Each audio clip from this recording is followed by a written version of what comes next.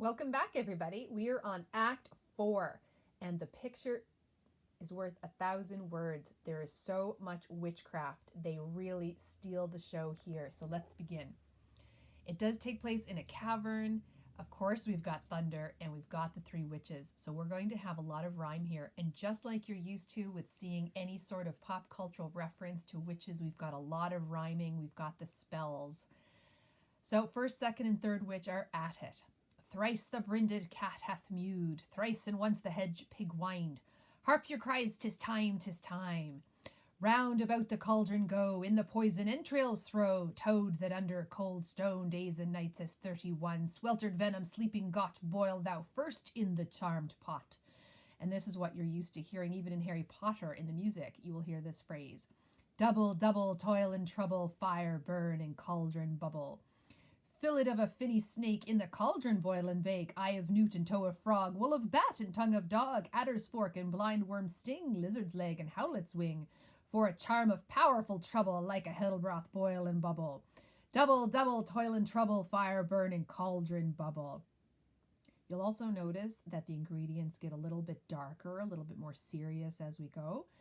Scale of dragon, tooth of wolf, witch's mummy maw, gulf of the raven sea, salt sea shark, root of hemlock digged in the dark, liver of blaspheming Jew, gall of goat and slips of yew, slivered in the moon's eclipse, nose of Turk and Tartar's lips, finger of a birth strangled babe, ditch delivered by a drab, make the gruel thicken slab, add thereto a tiger's chaudron for the ingredients of our cauldron.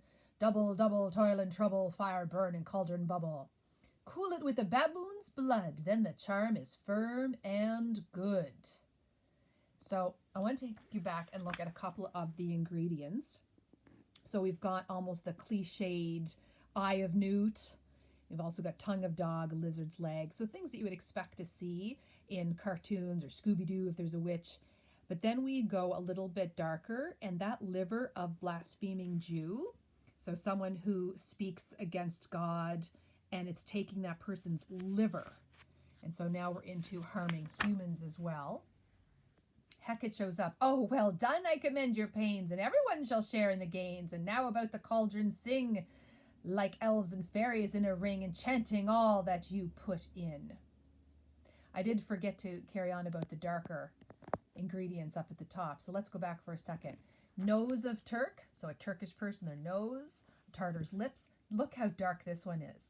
A baby who was born in a ditch, delivered by a prostitute.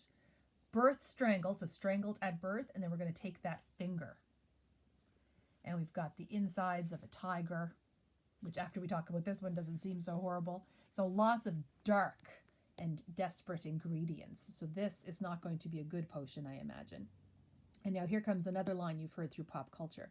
By the pricking of my thumbs, something wicked this way comes. Open locks whoever knocks. And it was Macbeth. Macbeth, is this something wicked that this way comes? Look at the way he greets them now. Look at that language. How now, you secret black and midnight hags? What is it you do? A deed without a name. And now he orders them. I conjure you by that which you profess, however you come to know it, answer me. Though you untie the winds and let them fight against the churches, though the yeasty waves confound and swallow navigation up, though bladed corn be lodged in trees blown down, though castles toppled on their warders' heads, though palaces and pyramids do slope their heads to the foundations, though the treasure of nature's Germans tumble altogether, even till destruction sicken, answer me to what I ask you. Speak, demand, we'll answer. Say if thou'st rather hear it from our mouths or from our masters. Well, there's a choice now. Do you want to hear it coming from us or coming from the entity which gives us this power? And of course, look who he's going to choose. Call him, let me see him. Pour in sow's blood that hath eaten her 9 Pharaoh, grease that's sweatin' from the murderer's gibbet, throw it into the flame. So a sow that's given birth, and then she's eaten those babies, let's take her blood. And if a murderer is now getting ready to die, it's that murder's on the gallows, and that sweat that he's sweating from the fear, let's take that sweat. So 2 very dark ingredients all go into the cauldron. Come, high or low, thyself an office deftly show. And now we're going to have apparitions. And had we been in class, we would have focused quite a bit on these apparitions and their prophecies. So if you're taking notes, this is a good time to take some. First apparition is an armed head. That does not mean that there's a head with a bunch of arms coming out of it. It's armored. So it would be like, think of a knight in shining armor and just that helmeted head. Rises up out of the cauldron. Tell me, thou unknown power, he knows thy thought. Hear his speech, but say thou not. So be quiet and just listen. This is what the first apparition says. Macbeth, Macbeth, Macbeth, beware Macduff. Beware the Thane of Fife, dismiss me enough. So there's the first prophecy. The armed head tells him to beware Macduff, and then descends back down into the cauldron. Now Macbeth has an answer to that. Whatever thou art, for thy good caution thanks, thou hast harped my fear aright. But one more word. He will not be commanded. Here's another more potent than the first. Second apparition is a bloody child that rises up out of the cauldron. Macbeth, Macbeth, Macbeth. Had I 3 ears, I'd hear thee, says Macbeth. Be bloody, bold, and resolute, laugh to scorn the power of man, for none of woman born shall harm Macbeth. So no one born of a woman can harm him. Then live, Macduff, for what need I fear of thee? So I'm not afraid of you anymore, Macduff, because nobody born of a woman can hurt me. Everyone's born of a woman, and so therefore you can't hurt me. However, but yet I'll make assurance doubly sure and take a bond of fate. Thou shalt not live, that I may tell pale-hearted fear it lies and sleep in spite of thunder. So I'm going to kill you anyway, just so I can sleep well. Third apparition now rises, and it's a child with a crown on, with a tree in his hand, and he's still speaking at it.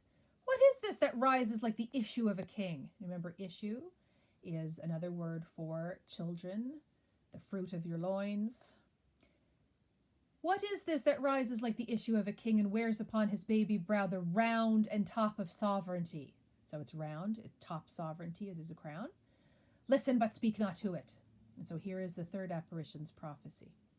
Be lion-mettled, proud, and take no care who chafes, who frets, or where conspirers are.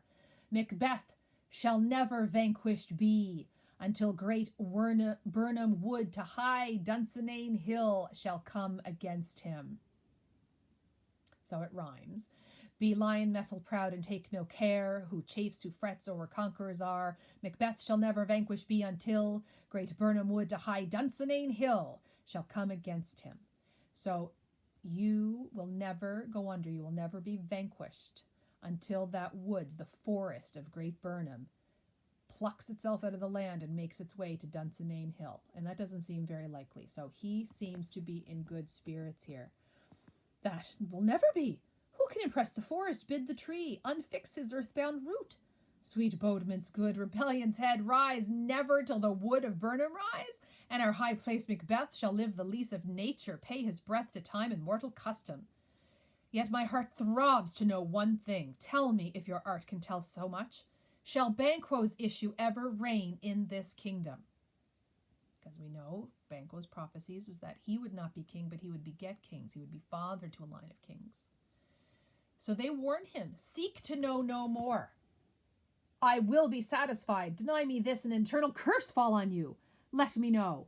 Why sinks that cauldron? What noise is this? Show, show, show, show his eyes and grieve his heart. Come like shadows, so depart. And the next emanations out of the cauldron, out of this fire, is 8 kings. So a line of 8 kings. And Banquo is at the end of them with a goblet, with a glass in his hand. He looks very satisfied. And they all look like Banquo. Thou art too like the spirit of Banquo. Down! Thy crown does sear mine eyeballs, and thy hair. And as he's looking at more and more of them, he speaks to each of them. Thou other gold-bound brow is like the first. A third is like the former. Filthy hags, why do you show me this? A fourth! Start eyes. What, will the line stretch out to the crack of doom? Another yet, a seventh, I'll see no more. And yet the eighth appears, who bears a glass which shows me many more. And some I see that twofold balls and treble scepters carry. Horrible sight! Now I see 'tis true, for the blood-bolted Banquo smiles upon me and points at them for his. What, is this so? So we know that in most portraits of kings and queens, they carry the scepters, they carry those balls, and they all symbolize a sovereignty that they are a king or queen. And now we have a line stretched out, at least 8 of them. Aye, sir, all this is so, but why stands Macbeth thus amazedly? Come, sisters, cheer we up his sprites, and show the best of our delights. I'll charm the air to give a sound, while you perform your antic round, that this great king may kindly say our duties did his welcome pay. And then they vanish. Where are they? Gone? Let this pernicious hour stand. I accurse it in the calendar. Come in without there. He does hear that people are outside of the cave, and they do come in. What's your grace's will? Saw you the weird sisters? No, my lord. Came they not by you? No, indeed, my lord. Because he just saw them vanish, and of course nobody would believe that. So he figures they had to have just escaped him. Infected by the air whereon they ride, and damned all those that trust them. This line goes back. That idea of trusting those witches, Banquo did say earlier, and I had gotten you to write down, that they can't trust these instruments of darkness, that they would lull them by speaking a little bit of truth, and then would bring upon their end. And now he's realizing that he is damned. He trusted them. I did hear the galloping of horse. Who was it that came by? 'Tis 2 or 3, my lord, that bring you word. Macduff is fled to England. Fled to England? Aye, my good lord. And now he speaks to an aside, speaking just to himself. The audience can overhear him. Time thou anticipatest my dread exploits. The flighty purpose never's overtook, unless the deed go with it. From this moment, the very firstlings of my heart shall be the firstlings of my hand. That's very important. The first things that he thinks of, that he wishes, he's going to make himself do. He cannot stand by anymore. He can't, as earlier he might have thought of, that maybe fate would be the one to bring about these actions. He now has to act on all of his thoughts, and he's been having very dark thoughts. And even now, to crown my thoughts with axe, be it thought and done. The castle of Macduff I will surprise, seize upon Fife, give to the edge of the sword his wife, his babes, and all unfortunate souls that trace him in his line. No boasting like a fool, this deed I'll do before this purpose cool, but no more sights. So now his aside is over. Those dashes always indicate that people are interrupting themselves. Where are these gentlemen? Come, bring me where they are. So that's his plan. Macduff did not come to his coronation. Macduff has now fled to England. He is a threat to him. So he's going to take out anybody and everybody that he loves at his castle. Dark days indeed.